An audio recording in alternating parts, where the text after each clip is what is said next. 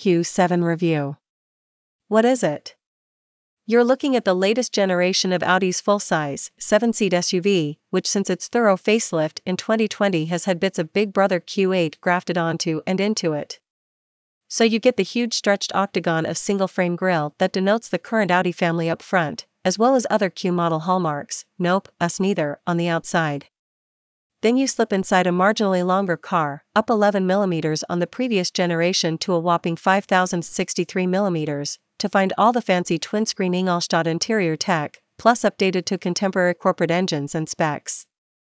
The upgrades are worth having when compared to the pre-2020 second-gen Q7, but Audi's assertion that the Q7 redefines 7-seat luxury is pushing it a bit, especially given that you can't even have 7 seats if you spec the plug-in hybrid powertrain, more on that later.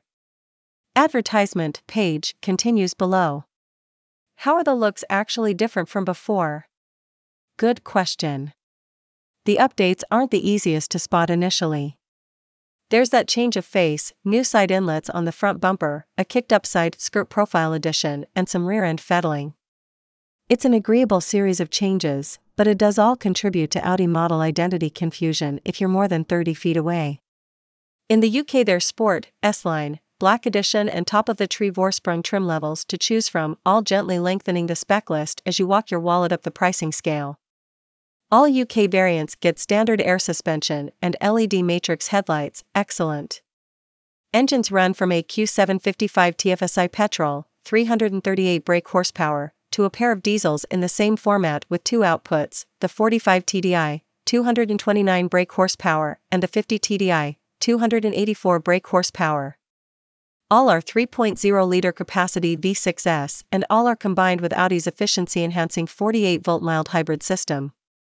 That goes with the only transmission option, an 8-speed Tiptronic auto driving through Quattro 4-wheel drive. Let us not forget the plug-in hybrid 55 TFSI E2. That's actually the most potent Q7 available these days, discounting the 500 bhp plus V8-engined SQ7 of course, with the same 3.0-liter petrol-powered V6 connected to an electric motor and a 14.4 kWh lithium-ion battery pack for a combined 376 brake horsepower. Advertisement page continues below. As ever with Audi, there's another Q7's worth of options on the go if you're feeling flush, but the Vorsprung spec, approximate £83,000 as an entry-level 45 TDI, tries really quite hard to aggregate it all into one handy Q basket. Interestingly, Black, £65,000 minimum, and Vorsprung editions get big wheels, 21 and 22-inch, respectively, and lowered air sports suspension, though quite why you'd want more sports in a 7-seat SUV weighing well over 2 tons is beyond us. Smells a bit like marketing. Our choice from the range. Audi Q7 Top Gear. Audi 45 TDI Quattro S-Line 5DR Tiptronic.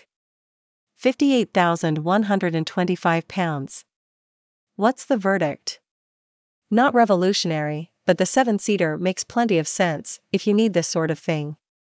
As far as being a nicely appointed 7-seat SUV with real practical appeal if you regularly haul multiples, the Q7 meets the brief. Although there's your reason to avoid the PHEV straight away, the lack of practicality would be infuriating. The mild hybrid versions without a battery pack eating up the rearmost 2 seats aren't exactly revolutionary in terms of extracting interior space from a small footprint. They are, after all, over 5 meters long. But there aren't too many 7-seat options if you also want plenty of posh to go with your space. With decent but not class-leading dynamics, competitive pricing and super premium interiors, the Q7 should definitely be in the mix if you need this sort of thing. We'd be quite happy with the lower-powered diesel in S-Line spec and a couple of options if it were our money, mind you. Does anyone really need self-closing doors and trick sports suspension on their family SUV?